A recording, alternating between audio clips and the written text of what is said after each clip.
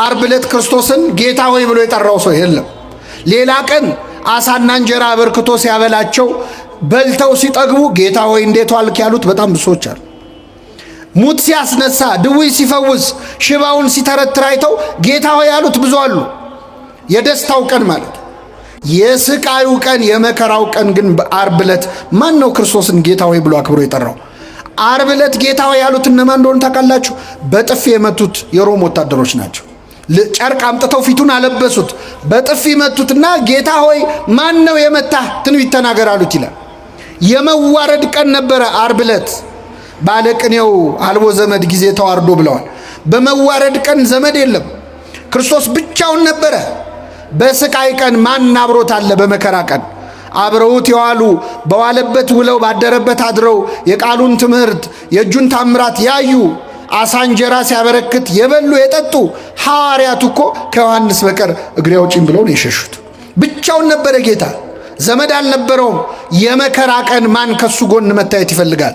ደብረ ታቦር ጌታ ሆይ በዚህ መሆን ለእኛ መልካም ነው ያሉነ ጴጥሮስ፣ ቀራንዮ ላይ ግን በዚህ መሆን ለእኛ መልካም ነው አላሉ። ሸሽተዋል፣ አመልጠዋል። ክርስትና በደስታ ቀን መገኘት ብቻ አይደለም፣ በቀራንዮ ቀን መገኘት ነው። በስቃይ ጊዜ መገኘት ነው። በተገረፈ ቀን መገኘት ነው። ንግስ ላይ መገኘት ብቻ አይደለም። ማመስገን፣ መዘመር፣ ከበሮ መምታት፣ እልል ማለት ብቻ አይደለም። የሐዘኑንም ቀን መካፈል ያስፈልጋል። አሁን ቤተክርስቲያን የሐዘን ጊዜ ላይ ነው ያለችው ነው አይደለም? ምእመናን አሁን እኛ እዚህ ተረጋግተን ቃሉን በምንሰማበት በዚህ ቅጽበት ካሁን ምን መጣ እያሉ እየተጨነቁ ያሉ ክርስቲያኖች አሉ። ካሁን ምን መጣ እያሉ እኛ የዛሬ 2000 ዓመት ስለተሰደደችው እመቤታችን አይደል ለማለት ምን ቆሙ እንደርሱ ከማሐዘን ወተሰዶ እያለን እንደርሷ ያለ ስደት መከራ የደረሰበት እያለን እንዘምራለን። ስዕሏን ይዘን ሕፃን ታቅፈው መከራ የተቀበሉ እናቶች ግን እዚሁ ሀገራችን አሉ። ልጆቻቸው እጃቸው ላይ መከራ የተቀበሉ። የዚህ ቀን ነው እውነተኛ ክርስቲያን የሚታየው። ዮሐንስን ሆኖ ለመገኘት አምላካችን በቸርነቱ ይርዳል እና በዛ በስቃይ ዕለት ጌታ ሆይ ያለ ወንበዴው በመንግስትህ በመጣህ ጊዜ ምን በለኝ አስበኝ። በመንግስት በመጣህ ጊዜ አስበኝ አለው። ጌታ ሆይስ እሺ በመንግስት የሚለው ደግሞ በጣም ይገርማል። በመንግስት ማለት ምን ማለት ነው? አንተ ንጉሥ ነህ፣ የራስ ግዛት ያለህ ነህ። የራስ ግዛት ያለህ ነህ። እንዴ ክርስቶስን ሲያየው ንጉሥ መስሎት ተምታቶበት ነው? አይደለም። ዘውድ ደፍቶ አይደለም ያየው። ምን ደፍቶ ነው ያየው? መልሱልኝ። የሸዋ አክሊል ደፍቶ ነው ያየው። እንደ ነገስታት ጠጅ ሲጠጣ አይደለም ያየው። ሐሞት ነው ሲጠጣ ያየው ክርስቶስ። በበትር ሲደበደብ ነው ያየው። ግን አጠገቡ ያለው መሆኑን አወቀ። ከዚህች ቤተ ክርስቲያን ጻድቆ ነው ለመመለስ ያውቃል። አይገርምም? ኃጢአተኛ ሆኖ ገብቶ ምን ሆኖ ተመለሰ። አሁን እኔ እሱን አይደለም የፈለኩት። ጌታ ሆይ ጻድቅ አድርገኝ ብሎ ጸልዮአል። እኔ ጸልየው ምንድነው ያለው?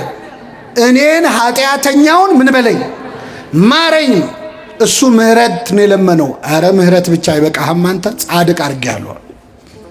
እግዚአብሔር ትንሽ ሲለምኑት ብዙ የሚሰጥ አምላክ። እግዚአብሔር ጸሎታችንን አስተካክሎ ይስማን። አሁን እኮ በእውነት እግዚአብሔር አቅንቶት ካልሆነ የኛ ጸሎት ነው።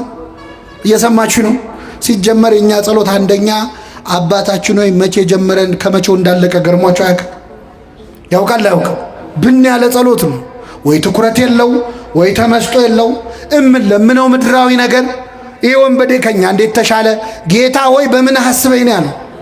በምን እኛ ምን ለምነው መንግስቱን ነው ወይ? እስቲ ዛሬ ጸልየነው የምንሄደው ጸሎት ስንገባ ጸልየን የገባው ጸሎት መንግስቱን ነው? እንደው አደራህን የመንግስትህን ነገር ብለናል። ምድራዊ ነገር እኮ ነው ልመናችን።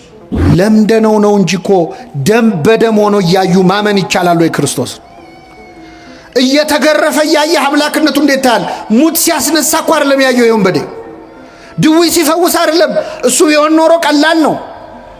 ሲያበላ ሲያጠጣ አይደለም እንዴ? ያበላ ያጠጣ ቀን እኮ ክርስቶስ አሳና እንጀራ አበርክቶ ያበላቸው ሰዎች ካላነገስን ብለውት እኮ ሸሽቶ ተራራ ላይ ወጥቶ እንዳመለጠ ታውቃላችሁ። አመለጠ ክርስቶስ። እናንግስ ብለውት ለምንድን ነው? ስለጠገቡ ነው አለ ሆዳቸው።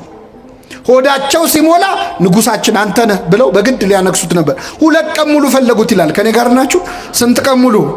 በጀልባ ሁሉ ምናልባት የብስ ላይ ላይኖር ይችላል፣ ባህር ላይ ካለ ብለው በጀልባ ፈለጉት ይላል። ለሆዱ ሲሆን እግዚአብሔርን የማይፈልግ ማን አለ? ለሆዱ ሲሆን ከዛ አገኙት። መምህሮ የት ከረም ካሉት ይላል። አዎ ስለበላችሁና ስለጠገባችሁን የፈለጋችሁኝ ያላቸው ጌታ። ይህ ወንበዴ ግን በክርስቶስ ያመነው ተገርፎ እያየው ነው። ፊቱን ውበቱን አይቶ አይደለም። አንዳንድ ሰዎች የክርስቶስን መልኩን አይቶ ያመኑ ሰዎች አሉ። የወደዱት ፊቱን ለማየት ከሰው ልጆች ይልቅ መልኩ ያማረ ነው እንዳለ ነቢየ እግዚአብሔር ዳዊት ፊቱ ስለሚያምር ሊያዩት የመጡ ሰዎች አሉ። ዓርብ ዕለት እኮ ክርስቶስ እንኳን ውበት መልክ የለውም፣ መልክና ውበት የለውም ነው ያለው ነቢዩ። ምንና ምን የለውም? ውበቱን ተዉት፣ መልክ የለውም። አይኑ የቱጋ አፍንጫ የቱጋ እንዳለ ማወቅ እስከማይቻል ፊቱ በደም ተለውሷል። ዓርብ ዕለት የሚያየው ሰው የሚያየው የተሰቀለ ስጋ ነው። ታውቃላችሁ፣ የተሰቀለ ስጋ ነው የሚያየው። ለማየት እንኳን ያሰቅቅ ነበር። ወደ እሱ አቅጣጫ ማየት ይጨንቅ ነበር። እንደዛ እየተሰቃየ አይቶ ግን አመነበት። የቀኝ ወንበዴ አምላክ መሆኑን አወቀ። ንጉሥ ነህ አለ። በመንግስት አለ። በመንግስት ብቻ አይደለም፣ በመጣህ ጊዜ አስበኝ። ምን ባልክ ጊዜ ምን ማለት ነው? አሁን እንደማይ ሞታ አትቀርም፣ ከሞት ትነሳለህ። ተነስታ አትቀርም፣ ወደ ሰማይ አርጋ አትቀርም፣ ዳግም ልትፈርድ በመጣህ ጊዜ። አይገርማችሁ? አጠገቡ ያለው ሞቶ እንደማይቀር ከሞት ተነስቶ እንደሚያርግ አርጎ እንደማይቀር እንደሚመጣ ሊፈርድ እንደሚመለስ አውቋል ወንበዴው። በምን አወቀ? ኢትዮጵያዊ ሊቅ ቅዱስ ያሬድ ዛሬ አባቶቻችን ሲያዜሙት የነበረው ፈያታዊ ዘየማን መኑ መሐረከ ታይምር ዘንተ፣ የቀኝ ወንበዴ ይህንን እንድታውቅ ማን ነው ያስተማረ? የት ነው የተማርከው? አጠገቤ ያለው ንጉሥ መሆኑን በምን አወቅ? ምጽአቱን ማን ነገረ ብሎ ቅዱስ ያሬድ ይጠይቀዋል። ከዛ ራሱ ቅዱስ ያሬድ በመንፈስ ቅዱስ ተቃኝቶ ራሱ ይመልሳል። ነቢያትን አልተከተልኩም፣ ነቢያት አላስተማሩኝም፣ ሐዋርያትም አልሰበኩኝም፣ ፀሐይ ጠቅሳ ጠራችኝ፣ እሷን ባየው ጊዜ አመንኩኝ ይላል። ይህንን ወንበዴ የመለሰችው ማን ነበረች? ፀሐይ። ፀሐይ ጨለመ፣ ጨረቃ ደም መሰለ፣ ከዋክብት ረገፉ። ያኔ የፀሐይ አምላክ አጠገቡ እንዳለ አወቅ። ፀሐይን አይቶ የወንበዴ ተመለሰ። በፀሐይ ስብከት ንስሐ ገባ። እኛ ስንት ስብከት ሰምተናል? ምን እስቲ ንገሩኝ፣ ስንት ስብከት ሰምተናል? አዎ ተመለስ ያለው ፀሐይ አይቶ ይመለሳል። ተመለስ ያለው መመለስ ያቃተው ደግሞ 30 ስብከት ሰምቶ ያወዳድራል። የዛሬው ጥሩ ነው ይላል።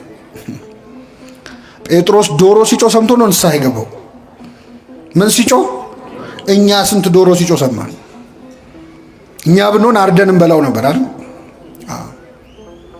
እና ወንበዴው ተመለሰ። ይህን ወንበዴ የመለሰው ፀሐይ ብቻ ነበረች ይላል ቅዱስ ያሬድ። ኧረ የለም ይላል ቅዱስ ዮሐንስ አፈወርቅ ደግሞ አይመስለኝም፣ ፀሐይ ብቻ አትመስለኝም። ክርስቶስ እዛው መስቀል ላይ የተናገረው ንግግር ሳይሆን አይቀርም የዚህን ወንበዴ ልቡን የሰበረው። ምን ብሎ ተናገረ? የሚያደርጉትን አያውቁምና ምን በላቸው፣ ይቅር በላቸው። ገና ሚስማሩ ከእጁ ሳይወጣ እኮ ነው። ገና ችንካሩ ልቡ ድረስ እያመመው የሚያደርጉትን አያውቁምና ይቅር በላቸው ሲል ሲሰማ ይህ ወንበዴ በክርስቶስ ርኅራኄ ውስጥ በክርስቶስ ፍቅር ውስጥ የእሱ ጭካኔ ጎልቶ ታየ። ስለዚህ ምን አለ? ጌታ ሆይ በመንግስት ምን በለኝ አስበኛል። የኢትዮጵያዊ ሊቅ አባ ጊዮርጊስ ዘጋስጫ ደግሞ የለም ይህንን ወንበዴ ፀሐይም የጌታ ንግግር ማይመለኝ ከጌታ አጠገብ አይደል የተሰቀለው? ምናልባት የክርስቶስ ጥላው የመስቀሉ ጥላ እሱ ላይ አርፎበት ሳይሆን አይቀርም የዚህ ወንበዴ ልብ የተመለሰው ይላል። ጌታችን በእውነት በሁላችን ላይ ጥላውን ያሳርፍብን። አዎ የጴጥሮስ ጥላ ይፈውስ የለ የክርስቶስ ጥላ ምናልባት ልቡን ሳይመልሱ አይቀርም። ለምንድን ነው የሁሉ የሚያደንቁት ሊቃውንቱ? እንደው ምን እንዴት ሊያቅ ቻለ የሚሉት የጸለዩ ጸሎት ተራ ጸሎት ስላልሆነ ነው። ጌታ ሆይ በመንግስት በመጣ ጊዜ ምን በለኝ አስበኝ። ድንቅ ጸሎት ከወንበዴ የተገኘ የማይመስል ለእኛ ለወንበዴዎቹ የሚጠቅም ትልቅ ጸሎት ነው። የእኛ ንስሐ የማያስተካክለው ነገር የለም። ጸሎታችንን አርትቶ ስለሚሰማ ማለት ነው። አንድ አባት ያደረጉትን ልንገራችሁና አበቃለሁ።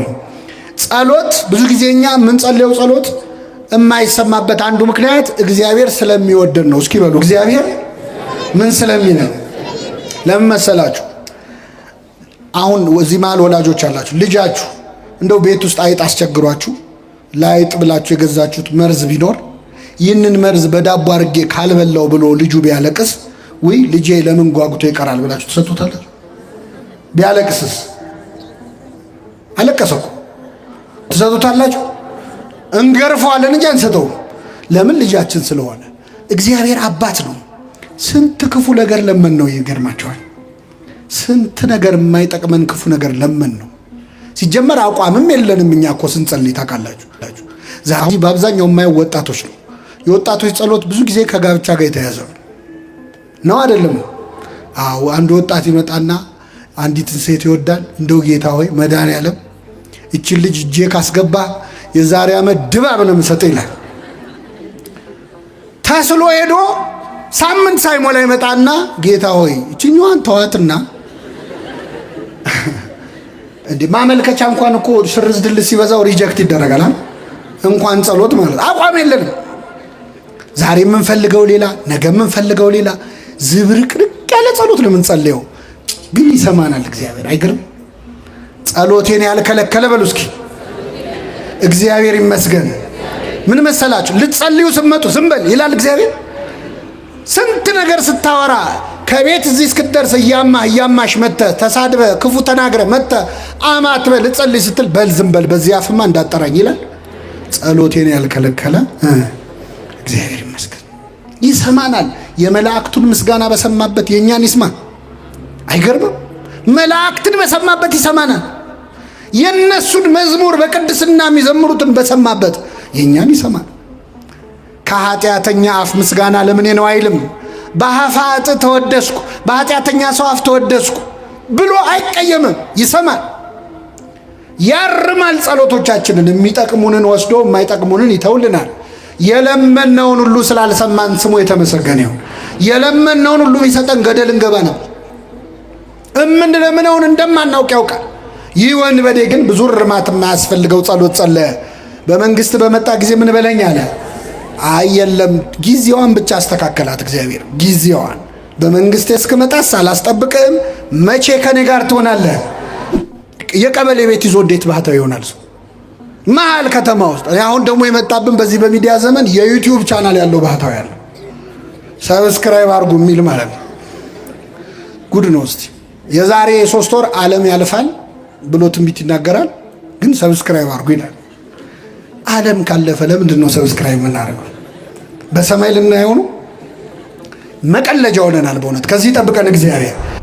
ተከትለው ሲያዩ ሰውነቱ በፀጉር የተሸፈነ ሰው ይጸልያል እያልጎመጎመ። ቀረብ ሲሉ በጣም ያስፈራ ሰው ነው። ገረማቸው። ጸሎቱን ግን ሲሰሙ ደነገጡ። የሚጸልየው ምን ብሎ ነው? ጌታ ሆይ አትማረኝ ብሎ። ምን አትበለኝ? ብትውናው ይገርማል፣ ምናኔው ይገርማል፣ ጸሎቱ ግን ያስደነግጣል። ከዛ ቀረብ ባሉትና እጅ ጸፍተው ቀሰቀሱት። መጣ፣ ተሳለመ መስቀል። ማነ? እንዴት ነዚህ? ምን ትሰራለህ? እንደዚህ ነው። ስንት ዓመት ወዲህ? ይህን ያህል። ጥሩ ነው ያለ የያዝከው ነገር ግን የምትጸልየው ጸሎት በጣም ይከብዳል። ምን ነው አለ። አትማረኝ የሚል ጸሎት ከየት ነው ያመጣኸው? አይ አንድ መነኩሴ መተውን ያስተማሩኛል። አይ ሰይጣን የተጫወተባሉት። ሰይጣን መነኩሴ ነኝ ብሎ መጥቶ የውሸት ነገር አስተምረዋል። እና ምን ብዬ ልጸልይ አለ። አባታችን ነው ይበላል። አላውቅም አለ። ቅድስና እንጂ እውቀት የለው። አላውቅም አለ። እውቀት ያስታበያል፣ ፍቅር ግን ያንጻል ይላል ቅዱስ ጳውሎስ። አይ ገረማቸው። ቁጭ አድርገው እኔ እናንተ የምናውቀውን አቡነ ዘበሰማያት ቁጭ አድርገው አስተማሩት። አባታችን ነው በሰማያት የምትኖር ስምህ ይቀደስ፣ መንግስት ትምጣ። በደንብ አስጠኑት። ከዛ ሲችለው በል በቃ እኔ ልሄድ ነው ብለው ተሰናብተውት በጀልባ ተሳፍረው ሄዱ። ቆሞ ሸኛቸው፣ እጁን እያወዛወዘ በጣም ደስ ብሎት በፍቅር። አሁን አዲስ ጸሎት ተምሯል። ሊጸልይ ወደ ዋሻው ተመልሶ ጀመረ ጸሎቱን። አባታችን ሆይ በሰማያት የምትኖር ስምህ ይቀደስ ብሎ ጠፋበት። ቆይ ልመልሰው። በሰማያት የምትኖር ስምህ ይቀደስ ጠፋበት። ቢለው ቢሰራው እምቢ አለው።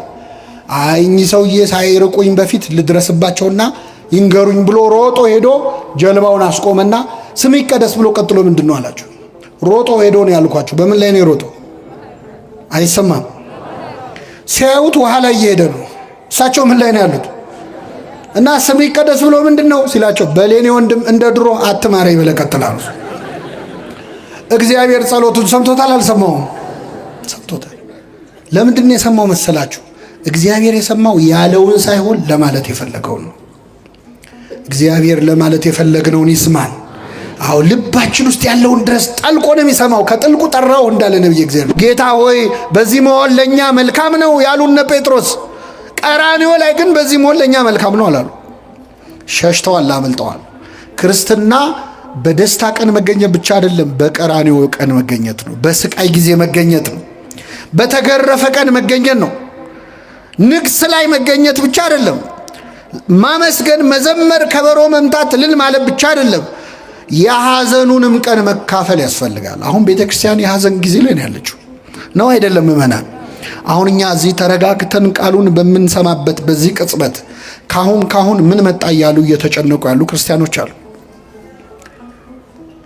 ካሁን ምን መጣ እያሉ እኛ የዛሬ 2000 ዓመት ስለተሰደደችው እመቤታችን አይደል እንደ ማህሌት የምንቆመው?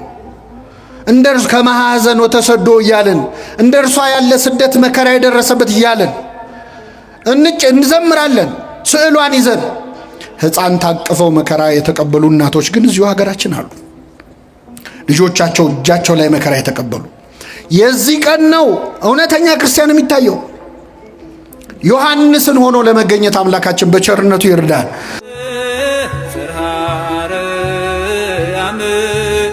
ክብርሽ ገናና ነው ለዘላለም። ማር አምላካችን እኛንም በቸርነቱ እንዲያስተምረን የእርሱ ቅዱስ ፈቃድ ይሁንልን። ከተሰቀሉት ከክፉ አድራጊዎቹም አንዱ አንተስ ክርስቶስ አይደለህምን? ራስህንም እኛንም አድን ብሎ ሰደበው። ሁለተኛው ግን መልሶ አንተ እንደዚህ ባለ ፍርድ ላይ ሳለህ እግዚአብሔርን ከቶ አትፈራውምን? ስላደረግነው የሚገባንን እንቀበላለንና በእኛስ እውነተኛ ፍርድ ነው። ይህ ግን ምንም ክፋትን አላደረገም ብሎ ገሰጸው። ኢየሱስንም ጌታ ሆይ በመንግሥትህ በመጣህ ጊዜ አስበኝ አለው። ኢየሱስም እውነት እልሃለሁ ዛሬ ከእኔ ጋር በገነት ትሆናለህ አለው ይላል። ስለ ቃሉ የአምላካችን ስም የተመሰገነ ይሁን። ይህንን ቃል የምናገኘው በዛሬው ዕለት በዓለ ስቅለቱን በተውላጥ ወይም በልዋጭ ስናከብረው የነበረው ስቅለቱን ስናስብለት የነበረው የመድኃኒታችን የኢየሱስ ክርስቶስ የተሰቀለበት ዕለት በዕለተ ዓርብ ከተከናወኑ ታላላቅ ነገሮች መካከል በአንደኛው ነው። መድኃኒታችን ኢየሱስ ክርስቶስ በዕለተ ዓርብ ተሰቅሎ የነበረው ከሁለት ወንበዴዎች መካከል ነው። በተለምዶ የቀኙ ወንበዴ የግራው ወንበዴ ፈያታዊ ዘየማን ፈያታዊ ዘጸጋም ብለን የምንጠራቸው ጥጦስና ዳክርስ የተባሉ ሁለት ወንጀለኞች መካከል መድኃኒታችን ኢየሱስ ክርስቶስ በዕለተ ዓርብ ተሰቅሎ ነበር። ጌታችን በዚህ ድርጊቱ ወይም በሁለት ወንበዴዎች መካከል በመሰቀሉ አስቀድሞ ስለ እርሱ የተነገረ ትንቢት ፈጽሟል። ሌላም ደግሞ ትንቢትን ተናግሯል። አስቀድሞ ስለ እርሱ የተነገረው ትንቢት ምንድነው? በትንቢተ ኢሳይያስ ምዕራፍ 53 ላይ እንግዲህ የብሉይ ኪዳን ወንጌል ተብሎ ከሚጠሩ መጽሐፍት መካከል አንዱ ነው ትንቢተ ኢሳይያስ። በ53ኛው ምዕራፍ ላይ ነቢየ እግዚአብሔር ኢሳይያስ በዕለተ ዓርብ ክርስቶስ የሚቀበላቸውን መከራዎች ከሩቅ ያለውን መንፈስ ቅዱስ አቅርቦ አሳይቶት ስለነበር የክርስቶስን ግርፋቱን፣ ሕማሙን፣ ስቃዩን አይቶ በእርሱ ቁስል እኛ ምን አለን? ተፈወስን። እንደ በግ ለመታረድ ተነዳ፣ በሸላቾቹ ፊት ዝም እንደሚል በግ እንዲሁ አፉን አልከፈተም ብሎ ስለ ክርስቶስ መከራ ከተናገረ በኋላ በመጨረሻ ከአመፀኞች ጋር ተቆጠረ ብሎ ተናግሮ ነበር። ከምኖች ጋር? እኛን ከጻድቃን ጋር፣ እኛን ከቅዱሳን ጋር፣ እኛን ከንጹሃን ጋር ሊደምረን እሱ ከምኖች ጋር ተቆጠረ? ከወንጀለኞች ጋር ተቆጠረ ብሎ ተናግሯል። ይህ ትንቢት ክርስቶስ ሲወለድም ሲሰቀልም ፈጽሞታል። ሲወለድ እንደምታውቁት እመቤታችን ከዮሴፍ ጋር ወደ ቤተልሔም ሄደችው በወቅቱ የነበረው ቄሳር ሕዝቡ ይቆጠር ዘንድ አዋጅ ስላወጀ ነው። ስለዚህ ጌታ በቤተልሔም ከተወለደ በኋላ እመቤታችንም ቅዱስ ዮሴፍም ራሱ ክርስቶስም በሕዝብ ቆጠራ መዝገብ ላይ ተመዝግበዋል። በጣም ይገርማል። ከላይ የሌላ ሰው ስም፣ ከታች የሌላ ሰው ስም፣ ከመሃል ግን ኢየሱስ የሚለው ስም ተጽፏል። ስለዚህ ክርስቶስ ከኛ ጋር ተቆጥሯል። ከወንጀለኞቹ፣ ከሰካራሞቹ፣ ከዘማውያኑ ጋር አብሮ በአንድ መዝገብ ተቆጥሯል። ከአመፀኞች ምን አለ የሚለው ትንቢት ይፈጸም ዘንድ ተቆጠረ የሚለው ይፈጸም ዘንድ በዕለተ ዓርብ ደግሞ ከሁለት ወንበዴዎች መሃል ተቆጥሮ እኛን ከጻድቃን ጋር አምላካችን ሊደምረን እሱ ከኃጢአተኞች ጋር ተቆጥሯል። ስለኛ ከኃጥአን ጋር የተቆጠረ አምላካችን እኛን ከጻድቃን ጋር ለመቆጠር ያብቃል።